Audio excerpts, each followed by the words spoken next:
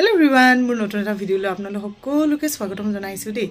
ইয়া video start কৰি দিছো তো আপোনালোকে ভিডিঅটো হেকলে চাই থাকিব।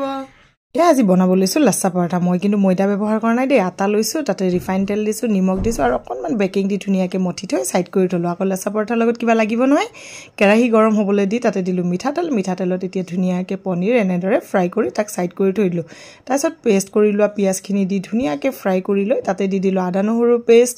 তাৰে পাছত এইখিনি যেতিয়া আকৌ ফ্ৰাই হৈ যাব তাতে বিলাহীৰ পেষ্টটো দি আকৌ ফ্ৰাই কৰিম। কৰি উঠি হালধি, ধনিয়া পাউডাৰ, জিৰা পাউডাৰ, কাশ্মীৰী মিৰ্চ পাউডাৰ আৰু আন্দাজ মতে দি দিলোঁ নিমখ দি এইখিনি আকৌ ভালদৰে ফ্ৰাই কৰিম। যেতিয়া ধুনীয়াকৈ এইখিনি ফ্ৰাই হৈ আহিব তেতিয়া এৰাই থোৱা মটৰখিনি ইয়াতে দি দিম। এতিয়া মটৰ আৰু এই যিখিনি ধুনীয়াকৈ গ্ৰেভি হৈছিলে সেইখিনি ধুনীয়াকৈ ফ্ৰাই হোৱাৰ পাছত ইয়াতে অকণমান দি দিম পানী।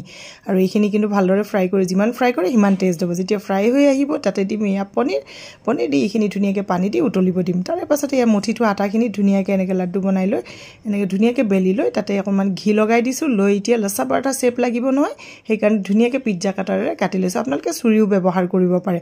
এতিয়া কাটি লৈ ধুনীয়াকৈ তাক শ্বেপ দিবৰ বাবে এনেকৈ দুইফালৰ পৰা দি ধুনীয়াকৈ লাড্ডু বনাই আকৌ তাক কিছু সময়ৰ বাবে কিন্তু থৈ দিব লাগিব। 10 পৰা 15 মিনিট সময় তাক সাইড কৰি থ'লোঁ। তাৰে পাছত এয়া বেলি লৈ মই টাৱাত দি দিলোঁ। টাৱাত দিয়াৰ পাছত এনেদৰে ধুনীয়াকৈ ঘি লগাই দুই চাইডৰ পৰা, ময়দাৰে হ'লে অকণমান শ্বেপটো বেছি হয় কিন্তু আটাত অকণমানহে আহিছে, কিন্তু খাবলৈ টেষ্টি হৈছে বাৰু। আৰু এয়া বনাই লোৱা পনীৰ হৈ গ'ল ৰেডি, মটৰ পনীৰ। খাবলৈ যে কেনেকুৱা টেষ্টি হৈছে। মোৰ ভিডিঅ'টো ভাল লাগিলে লাইক কৰি দিব। নেক্সট ভিডিঅ'ত লগ পাম। আজিলৈ বাই বাই।